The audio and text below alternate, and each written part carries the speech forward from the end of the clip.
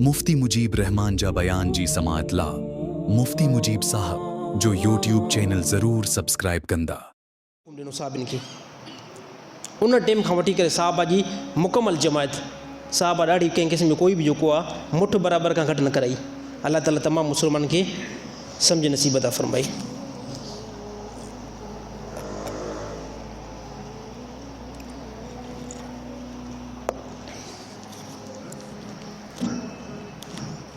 तो अल्लाह ताला हिन सरज़मीन ते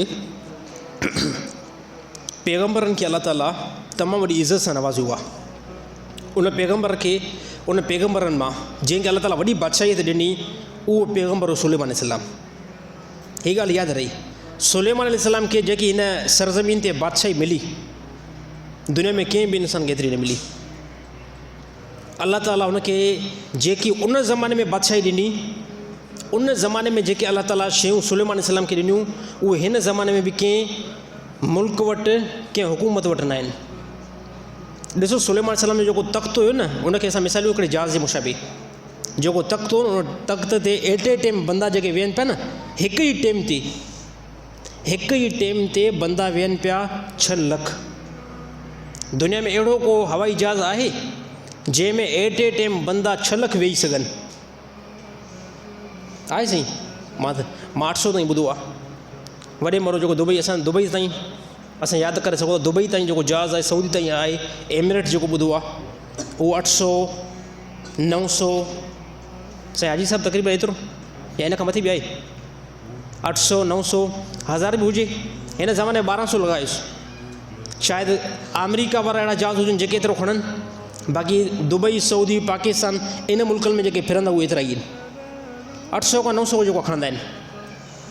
हीअ अल्लाह ताला पैगम्बर खे अहिड़ी बादशाही ॾिनी जो एट ए टाइम हिकु तख़्त ते 6 लख जेको आहे बंदनि खे खणी करे जेको आहे सुलेमान अलैहिस्सलाम घुमाईंदो हुयो।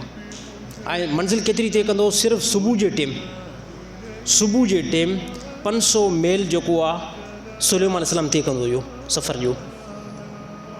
मथां कंहिं क़िस्म जो कोई बि जेको आहे छटी लॻियल न हुई। पोइ अल्लाह ताला ॾिसो हुकूमत कहिड़ी ॾिनी जो पखी एतिरो लेवल ते हलनि पिया, पखियुनि जा पर खुलनि पिया वॾी तइदाद में, उहे सभु 6 लख जे मथां छांव करे हलनि पिया।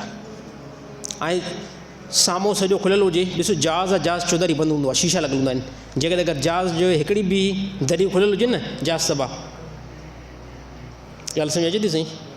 जहाज़ जी हिकिड़ी बि दरी खुलियल हुजे, छा था सम्झो त जहाज़ तबाह थींदो।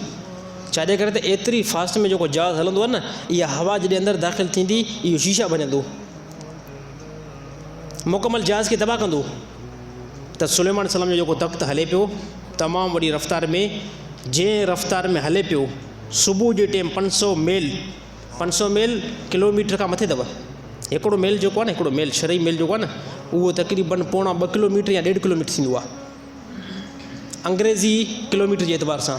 त 500 मील यानी उनजो असां अच्छा इहो सभु घणो थी वेंदो, इनखे बसि ॾियो। एतिरी जेको रफ़्तार में सुलेमान अलैहिस्सलाम जो जहाज़ हले पियो, ऐं जीअं जो रफ़्तार में हले पियो त कपिड़ा जेके बि मथां जमायती वेठा न, साहबा वेठा हुया न सुलेमान अलैहिस्सलाम जा, त उन्हनि जा कपिड़ा बिल्कुलु हवा में हीअं बि न पिया थियनि। हवा खे हुकुम ॾिनई त अहिड़ी सूरत अपनाए जीअं मुंहिंजे तमामु साहबा मां कंहिं हिकिड़े जा बि कपिड़ा जेको लुॾनि न। त हवा पंहिंजी कंडीशन उहा फिराए वरिती त कपिड़ा जेको आहे न, जेके 6 लख माण्हू वेठा आहिनि उनजा कपिड़ा हीअं बि न पिया थियनि। सिर्फ़ु मोटरसाइकिल हलायो त मां सम्झां थो कपिड़ा पोइ हलाए वेंदा आहिनि। मोटरसाइकिल जी रफ़्तार इहा 100-150 स्पीड हूंदी आहे। एतिरे में असां कपिड़ा अॻिते पोइ हली वेंदा।